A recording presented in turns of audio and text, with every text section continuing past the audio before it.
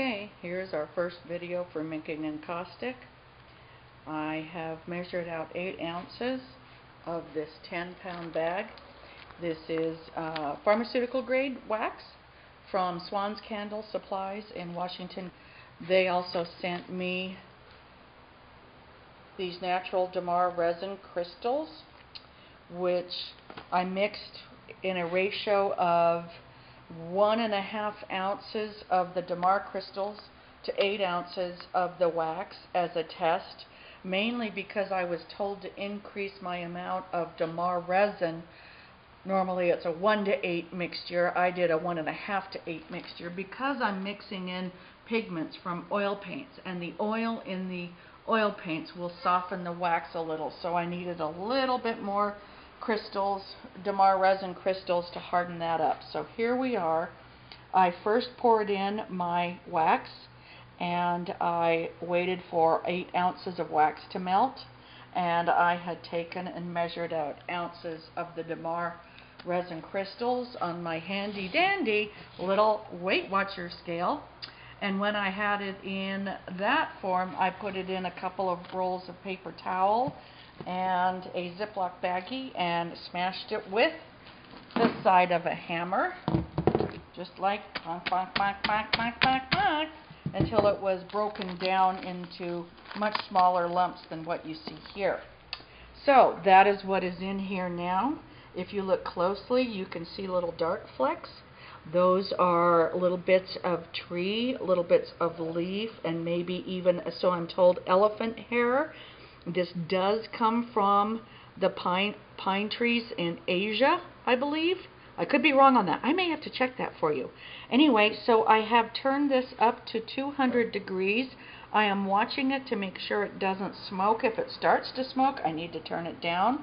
And once this is all melted in so that you cannot see any more of this sticky sort of mixture, once that's melted in, then we'll do the pour. That's it for now. I'll see you in a little bit.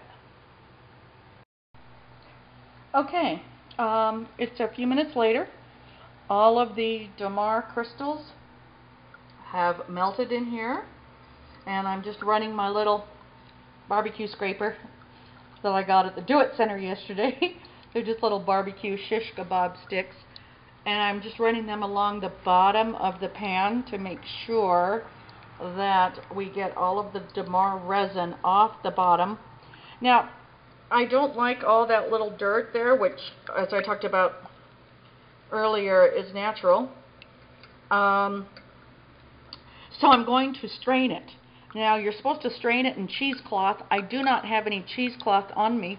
What I do have is handy wipes. Can you see that there? So I've put about 3 layers of handy wipes on and rubber banded it on a little metal pot that has a handle that I will grab after it's poured. So we're going to see how this works. We're also going to see how it works with me setting the camera down and doing a pour with me not holding the camera. So I'm going to sign off for a second and get the camera set up. I'll be back. Okay, I think we are ready to start our pour. I am reaching over my work table to get my pot. I'm very carefully going to handle this because hot wax is at over, I've got this a little over 200 degrees just to get the Damar crystals melted. Normally you don't want to put your wax at really over 175 to 200, and you always want to keep an eye out for any smoking that might occur. If that happens, you want to turn down your heat. Anyway, I'm going to very carefully pour this slowly through my little handy wipe, I guess you could call it sieve, and it's going slowly. It's catching some of the other bits and pieces of dirt, yet also at the same time the bits and pieces of dirt are really kind of staying in the pot. I don't know if you can see this right here, but the pot right there has a lot of it that it's just staying in. So I'll put that back on the heat and turn it down to low and keep it warm, and I'll clean it out after I'm done pouring. All right, now what I have though is I'm going to take off my little rubber band and my little handy wipes.